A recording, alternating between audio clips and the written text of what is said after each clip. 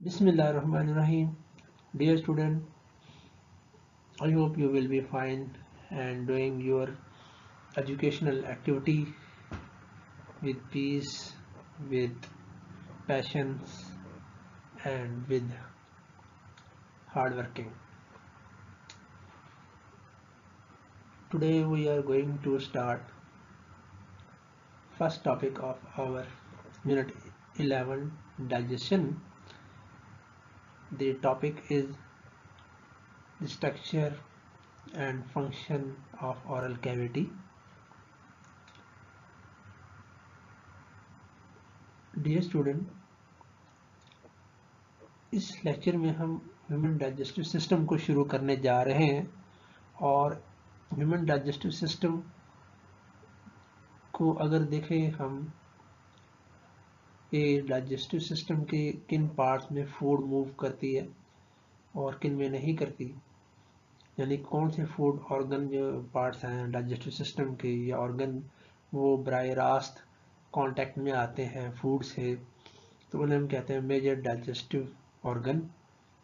और जिन में food enter नहीं होती लेकिन उनका किरदार होता है डाइजेशन में कि अपनी प्रोडक्ट को शामिल करके डाइजेशन के प्रोसेस को वो फैसिलिटेट करते हैं, कंप्लीट करते हैं, उन्हें हम कहते हैं एसोसिएटेड डाइजेस्टिव पार्ट्स या एसोसिएटेड डाइजेस्टिव ऑर्गन।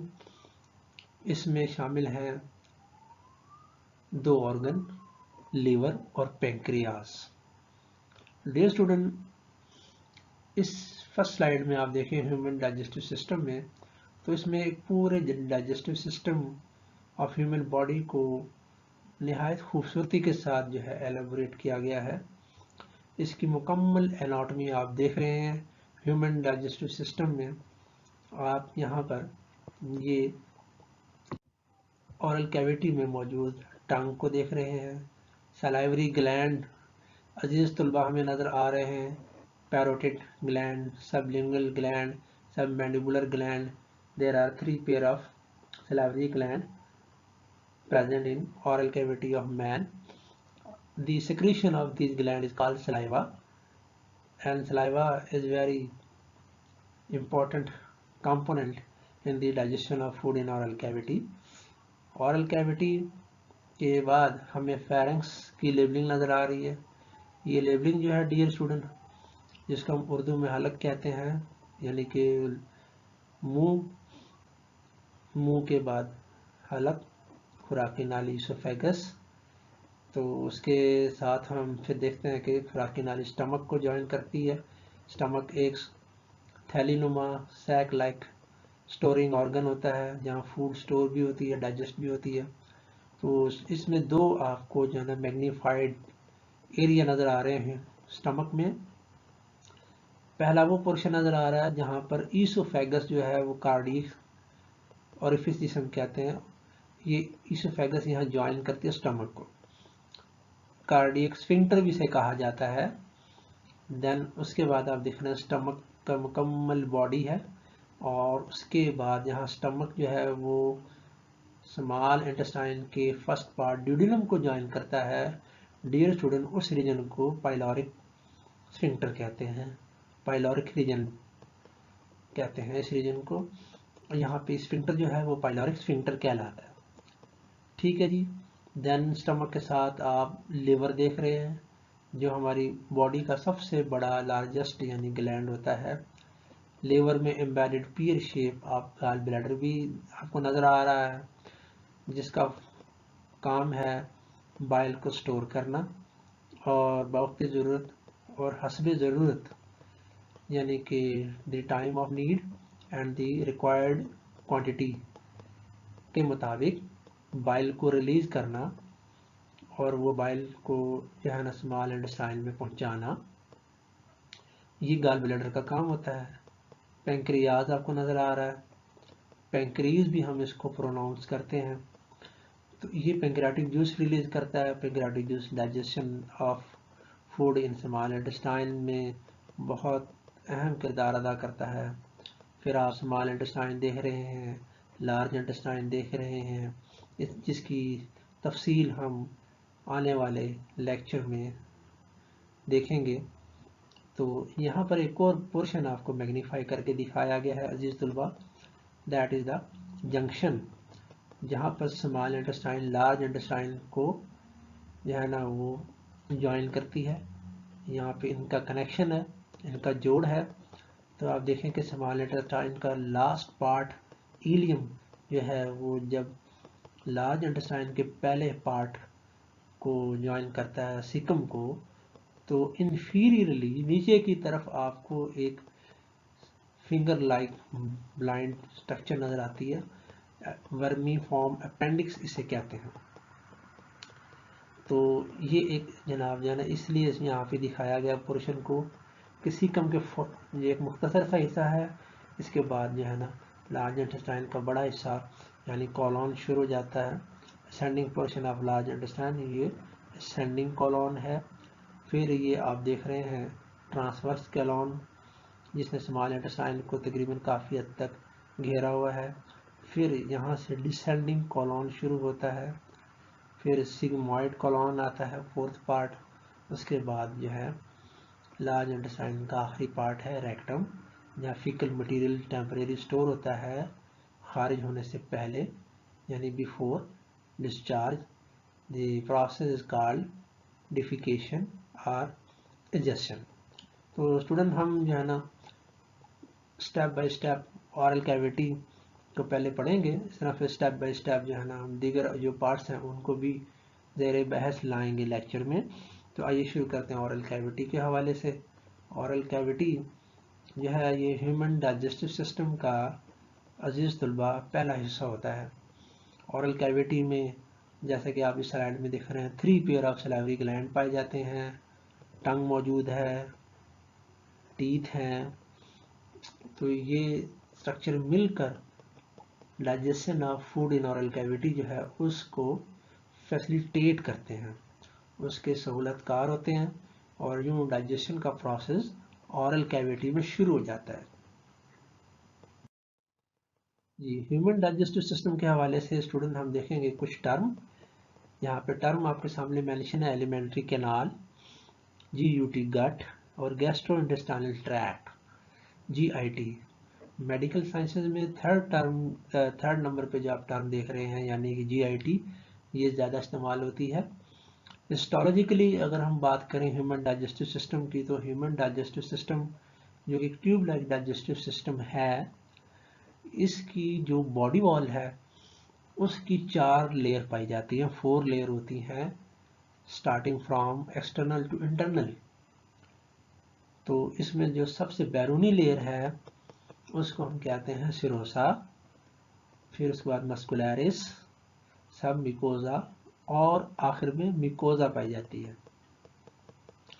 जी अजीज तलबा, ह्यूमन डाइजेस्टिव सिस्टम की जो एवरेज लेंथ है वो है 9 मीटर, या इसको हम 30 फीट भी कह सकते हैं। इससे ज़्यादा भी हो सकती है, इससे कम भी हो सकती है, लेकिन नेशनल बुक फाउंडेशन की बुक एज ए रेफरेंस के तौर पे आप देखें तो वहाँ ये मेंशन है कि टोटल लेंथ जो है ह्यूमन डाइजेस्टिव सिस्टम की वो इतनी है। ठीक है जी, अब हम चलते हैं नेक्स्ट स्लाइड पर। नेक्स्ट स्लाइड पे हम देखते हैं डेंटिशन को, यानी कि teeth in human oral cavity और उनका फंक्शन तो हम जानते हैं अजीज तलबा कि दांतों का क्या काम होता है। दांतों का काम होता है चबाना, खासतौर पे जब हम ठोस ग़िज़ा खाते हैं, सॉलिड फूड इनटेक करते हैं, इंजेक्शन है ऑरल कैविटी में, तो फिर जनाब जो है ना खाने को चबाना होता है और जिस कदर चबाया जाए उतना ही अच्छा होता है, मैदे को कम काम करना होता है। तो इसमें जो है ना अल्लाह ताला ने, कुदरत ने हमें 4 किस्म के दांत नवाजे हैं। इसमें जो हमारे फ्रंट टीथ होते हैं जिनके किनारे ये जो हैं वो ज़रा ब्लंट होते हैं यानी कि चौड़े होते हैं और शार्प होते हैं, वो चीसल टाइप होते हैं। जैसा कि कारपेंटर के पास एक तेशी होती है लकड़ी को छीलने के लिए, कुतरने के लिए, इसी तरीके से हम इन्हें गनाइंग टीथ भी कहते हैं। ये होते हैं जी इंसाइजर या इंसीजर, जैसे प्रोनाउंस करना चाहें आप। देन उसके बाद पॉइंटेड एंड वाले नोकीले किनारों वाले शार्प किस्म के लॉन्ग दांत नज़र आते हैं, उन्हें कहते हैं हम केनाइन। ये चीरने फाड़ने के काम आते हैं। कार्निवोर एनिमल में वेल डेवलप होते हैं। टीरिंग टीथ इन्हें कहते हैं। यानी अगर हमने कोई बाइट लेना हो सॉलिड फूड का, एप्पल को खाना हो, फ्रूट गावा खाना हो, या कोई और सॉलिड फूड को लेना हो, तो ये जो है ना केनाइन उस खाने वाली चीज़ में पैविस्ट हो जाते हैं। और उसके बाद फिर जो है ना इंसाइजर जो होते हैं वो भी इसमें हेल्प करते हैं फूड बाइट को रिमूव करने में। तो इसलिए इंसिजर और केनाइन के बाद जो आपके सामने लेफ्ट पे नज़र आ रहा है वो प्रीमोलर है। तो प्रीमोलर को हम छोटी दाढ़ें कहते हैं। ये जो है ना बड़ी दाढ़ों के साथ मोलर के साथ मिलकर क्या काम करती हैं, खाने के जो अज्जा हैं उसको पीसने के काम करती हैं, ग्राइंडिंग एंड क्रशिंग करती हैं जी। ठीक है, आइए नेक्स्ट स्लाइड में हम ओरल कैविटी की डेंटिशन को ज़रा एक नए अंदाज से देखते हैं, डिफरेंट अंदाज से देखते हैं। ये जनाब आपके सामने अजीज तुलबा बहुत ही अच्छी एक्सप्लेनेशन आ गई है एक स्केच की फॉर्म में, जहाँ पर ओरल कैविटी को हम देख रहे हैं। इसमें हमें बिल्कुल सेंटर में फ्रंट पे ये central incisor, then lateral incisor नज़र आ रहे हैं, ये सेंट्रल और ये लेटरल। फिर यहाँ पर नोकीले किनारे वाले पॉइंटेड एज वाले केनाइन नज़र आ रहे हैं। अपर जा की एक्सप्लेनेशन है। देन केनाइन जो है वो अपर जा और लोअर जा में सिंगल सिंगल। देन उसके बाद फर्स्ट सेकंड प्रीमोलर आपको नज़र आ रहे हैं, पहली और दूसरी छोटी दाढ़ें। देन उसके बाद फर्स्ट सेकंड और थर्ड मोलर नज़र आ रहे हैं। फिंगर जो है वो पॉइंट आउट कर रही है, इशारा कर रही है एक दांत की तरफ जिसका नाम है विजडम टूथ। ये जो विजडम टूथ है, ये जिसको हम उर्दू में कहते हैं अक्ल की दाढ़, ये अमूमन उस वक्त जाहिर होती है हमारे मुंह में, उस वक्त ये दांत निकलता है जब मेंटल मैच्योरिटी की तरफ इंसान जो है ना वो मुंतकिल हो जाता है काफ़ी हद तक। उसे कहते हैं जी अब इस शख्स में अकल आ गई है, यानी कि लास्ट मोलर टूथ होता है ये जो अपीयर होता है। ठीक है जी, अब हम नेक्स्ट स्लाइड की तरफ मूव करेंगे। इसमें भी आप ओरल कैविटी का एक स्केच देख रहे हैं जहाँ पे डेंटिशन को दिखाया गया है। अपर जाह में ये मुकम्मल तौर पर यहाँ से मोलर का लोअर सरफेस नज़र आ रहा है आपको, केनाइन और इंसिजर नज़र आ रहे हैं, प्रीमोलर मोलर नज़र आ रहे हैं। इसी तरीके से लोअर जाह में आप डेंटिशन देख रहे हैं। Arrangement and type of teeth in oral cavity is called dentition. फिर आपको जो है ना ओरल कैविटी की छत यानी रूफ नज़र आ रही है, जिसमें आप ये लाइनों वाला हिस्सा जो देख रहे हैं ये हार्ड पैलेट है, सख्त तालू से कहते हैं। फिर सॉफ्ट पैलेट नज़र आ रहा है, यहाँ पर बोन स्ट्रक्चर नहीं होती जो इसको हार्डनेस दे सके। तो इसके बाद जनाब आपको इस सॉफ्ट पैलेट का एक स्पेशल प्रोजेक्टेड पार्ट नज़र आ रहा है, इसे कहते हैं यूवुला। यूवुला जो है इसको हम हलक का कव्वा भी कहते हैं। और फेरिंक्स नज़र आ रहा है, ये वो हलक का हिस्सा है जहाँ पे ओरल कैविटी और फेरिंक्स का आपस में जो है ना यूँ कह लें कि ओवरलैपिंग है, इसे कहते हैं ओरोफेरिंक्स। तो उसके बाद आपको पैलेटिन टॉन्सिल नज़र आता है। ये हमारे ओरल कैविटी में होते ही है पार्ट, लेकिन हमारे जो टेक्स्ट बुक है उसमें इसका कोई जिक्र नहीं है। लिंगुअल फ्रीन्यूलम, इसका भी कोई इस मौजूदा सिलेबस से लेना देना नहीं है, करिकुलम से। ज़ुबान पे आप एक जो है ना ये फरो देख रहे हैं, एक किस्म की क्लीवेज लाइन देख रहे हैं, that is called lingual frenulum. Opening of duct of submandibular gland, यानी सलाइवरी ग्लैंड है उसके जनाब ये सुराख है जहाँ पर इसकी सेक्रीशन सलाइवा जो है वो इसमें किसके ज़रिए ओरल कैविटी में उंडेल दिया जाता है। लोअर लिप आपको नज़र आ रहा है। तो ये ओरल कैविटी का एक और क्या था हमारे सामने एक्सप्लेनेशन थी। ठीक है, सिर्फ समझने की हद तक हमने इसको देखना है, इसकी कोई डायग्राम हमारे करिकुलम में एज अ सिलेबस शामिल नहीं है और ना ही पिछली स्लाइड थी। ठीक है जी। Next function of oral cavity. Function क्या होता है कि digestion of food. Digestion of food जो होती है ये 2 स्टेप में हम इसको एक्सप्लेन कर सकते हैं। पहले है मैकेनिकल डाइजेशन, जिसमें जो ऑरल कैविटी में जो दांत हैं, जो टीथ हैं, वो क्या करते हैं कि वो हमने जो नवाले लिए हैं, जो फूड बाइट हमने ऑरल कैविटी में डाले हैं, इंजेस्ट किए, उसको छोटे छोटे ज़रात में तकसीम करना, तब्दील कर देना, ये दांतों की बदौलत होता है। ऐसे हम कहते हैं chewing and grinding of food pieces, food bytes into fine particle.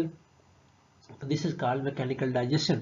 Mechanical digestion ji, teeth help करते हैं, ब्रेकअप फूड कर रहे होते हैं, मैस्टिकेशन ऑफ फूड हम इसको कहते हैं। फिर केमिकल डाइजेशन आप देखें तो केमिकल डाइजेशन में जो च्यूड फूड पार्टिकल होते हैं ना, तो इन च्यूड फूड पार्टिकल जो चबाए हुए ज़रात हैं खाने के, इसको सलाइवा जो है ना वो इसमें यानी कि सलाइवा में ये जो है ना डूब जाते हैं। सलाइवा इनको टच करता है, तकरीबन हर तरफ से इमर्स हो जाते हैं सलाइवा में च्यूड फूड पार्टिकल, और इस कांटेक्ट को प्रमोट करने के लिए, इसको फैसिलिटेट करने के लिए सबसे ज़्यादा जो रोल है वो ज़ुबान प्ले करती है। यानी कि ज़ुबान जब हरकत करती है खाने के दौरान, जब हम खाना मुंह में चबा रहे होते हैं, च्यूइंग एंड ग्राइंडिंग हो रही होती है, तो ज़ुबान जो होती है हमारी टंग, वो थॉरोली मिक्सिंग ऑफ सलाइवा में हेल्प करती है।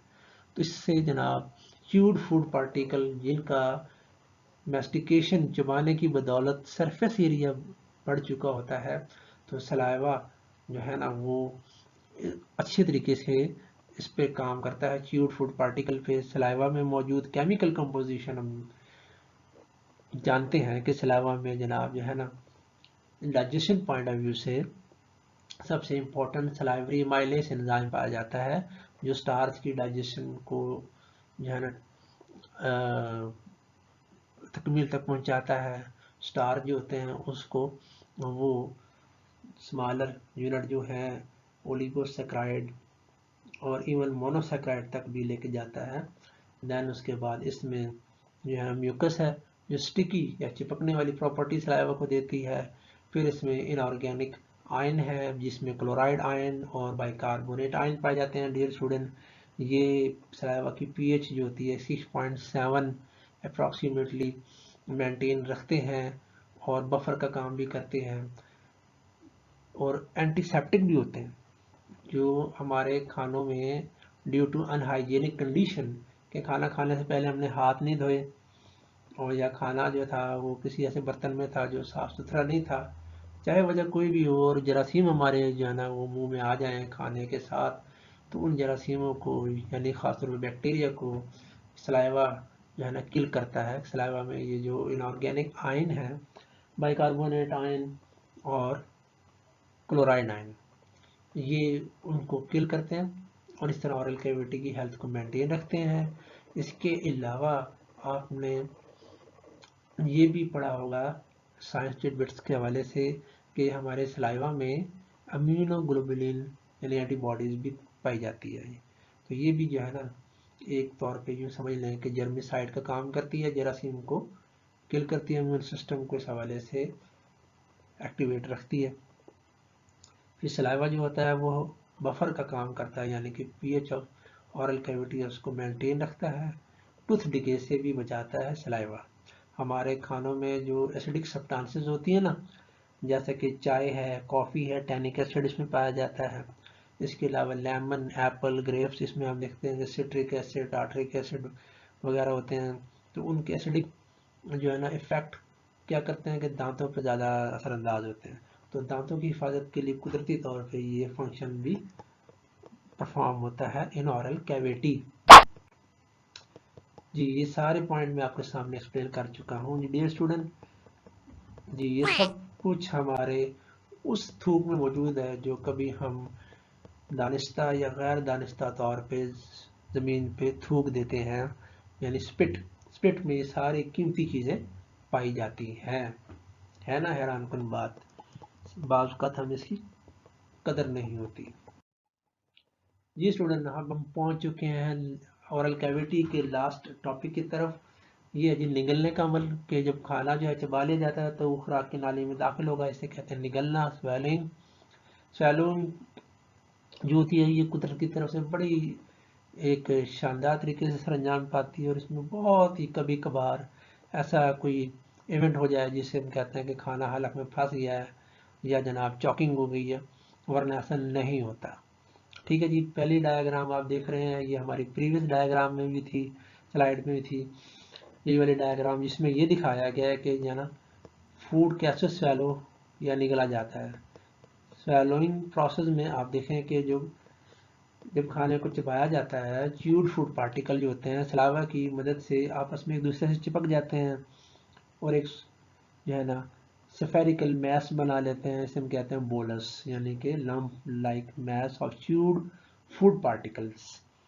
तो ये च्यूड फूड पार्टिकल की सॉलिड लंप लाइक जो ढेलेनुमा मैस है, तो ये अब हलक की तरफ जो है ना मूव करती है।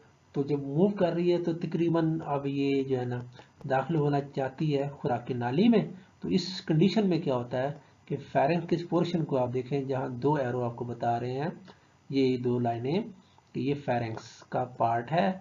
इसमें बोलस तकरीबन ऑरल कैविटी के ओरोफेरिंक्स रीजन में है। एपिग्लॉटिस जो होती है ये अप पोजीशन में है, यानी एपिग्लॉटिस जो अप पोजीशन है, इसने ग्लॉटिस को पार्टली कवर किया हुआ है। ग्लॉटिस आप देख रहे हैं, लैरिंक्स देख रहे हैं, और ये ट्रैकिया सांस की नाली आप देख रहे हैं। तो जो वो जंक्शन जिसको हम कहते हैं ईसोफेजियल स्फिंक्टर, ये अभी कॉन्ट्रैक्टेड फॉर्म में है, यानी इसके दोनों अतराफ से इसके ऊपर एरो बता रहे हैं कि दबाव आया हुआ है और ये सिकुड़ा हुआ है, नैरो हुआ है, कंस्ट्रिक्ट होया हुआ है रास्ता जिसके ज़रिए बोलस ने एंटर होना है। तो ये इब्तदाई कंडीशन है, इनिशियल कंडीशन है dear student.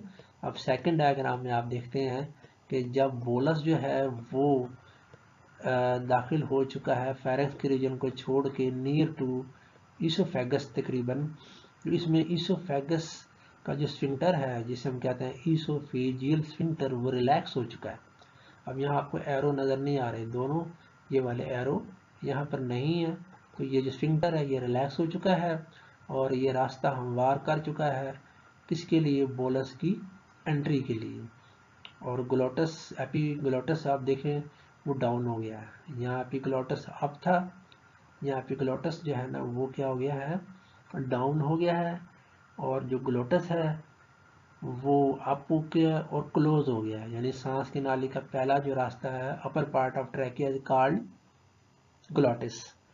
Dear student, glottis जो है ना वो क्लोज है और अप हो चुका है, ताकि बोलस इसमें ग्लोटस में एंटर ना हो, बल्कि ये खुद ब खुद स्पॉन्टेनियसली इसोफेजियल स्फिंक्टर की तरफ जाए और इसोफेगस में एंटर हो जाए। लास्ट जो डायग्राम आपको बता रही है कि इसमें यके बाद दीगरे वन बाय वन करके जो बोलाई हैं वो ट्रेवल कर रहे हैं in the oesophagus with the help of peristalsis. Peristalsis क्या होती है, it is a wave like movement of muscle of esophagus that facilitate the movement or transfer of boli from pharynx to stomach। ठीक है जी, और भी इसकी definition बन सकती हैं जो अपनी बुक की ग्लॉसरी से आप दे सकते हैं, अपने जो टॉपिक का पैराग्राफ है उसकी लाइनिंग को भी दे सकते हैं। मैंने ज़रा इसको इस तरीके से बयान किया। इस डायग्राम में आप देखें तो यहाँ पर आपको ये नज़र आएगा कि जो पहला बोलस है वो स्टमक में दाखिल हो चुका है और यहाँ जो जंक्शन होता है उसे हम कहते हैं कार्डियक स्फिंक्टर। तो कार्डियक स्फिंक्टर तकरीबन जो है ना अब यहाँ पे क्लोज हो चुका है और बोलस स्टमक में जा चुका है जहाँ गैस्ट्रिक जूस मौजूद है। प्रोसेस ऑफ डाइजेशन यहाँ शुरू हो जाएगा। ठीक है जी, रिलैक्स मसल आपको नज़र आ रहे हैं उस जगह पे जहाँ पे बोलस है इसोफेगस के, और बोलस के पीछे की तरफ और आगे की तरफ जो इसोफेगस के मसल हैं वो कॉन्ट्रैक्ट हो चुके हैं और इसोफेगस जो है ना कंस्ट्रिक्टेड है।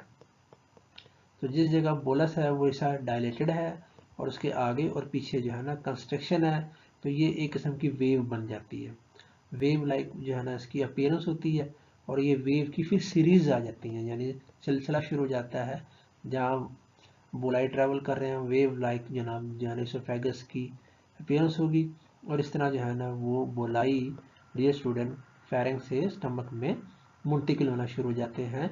और यहाँ पर ये ख्याल रखें कि ग्रेविटी का इस पर कोई असर नहीं होता, अगर किसी इंसान को तजर्बे के तौर पे अपसाइड डाउन पोजीशन पे रखा जाए, यानी सर नीचे किया जाए उसका, और उसका जिस्म और टांगें ऊपर की जाएं और उसको खाना खिलाया जाए, तो तब भी खाने के नवाले जो हैं वो चबाने के बाद बोलस की शक्ल इख्तियार करके स्टमक में चले जाएंगे।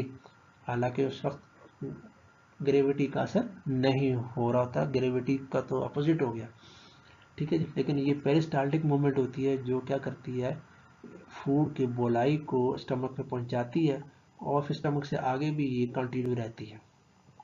हम ये ना समझे कि स्टमक तक ही होती है पेरिस्टालसिस, ठीक है। लाइए इसकी पॉइंट को देख लेते हैं जी। एपिग्लॉटिस,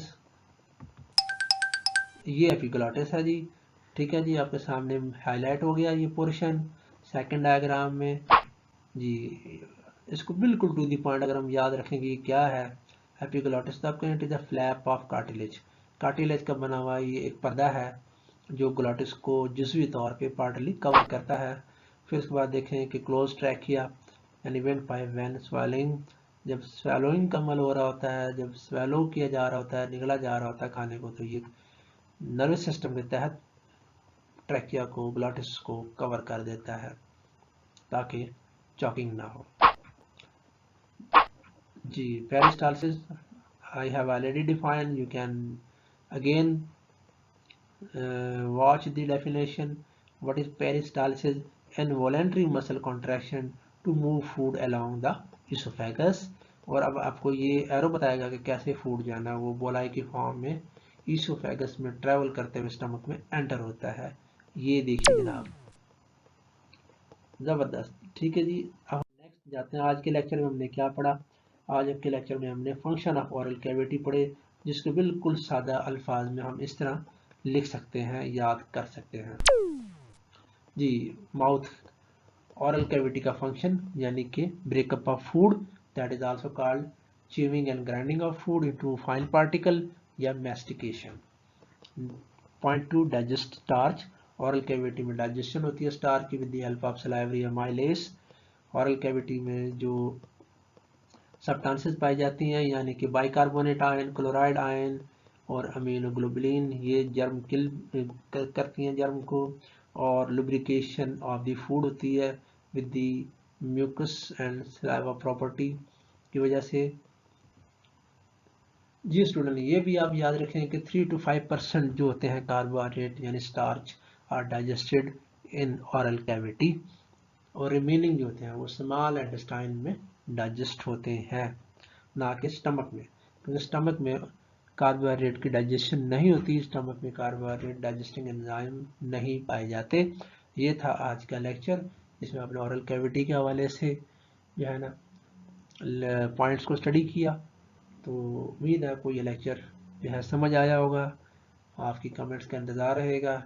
मुझे दीजिए इजाज़त। अल्लाह हाफिज़।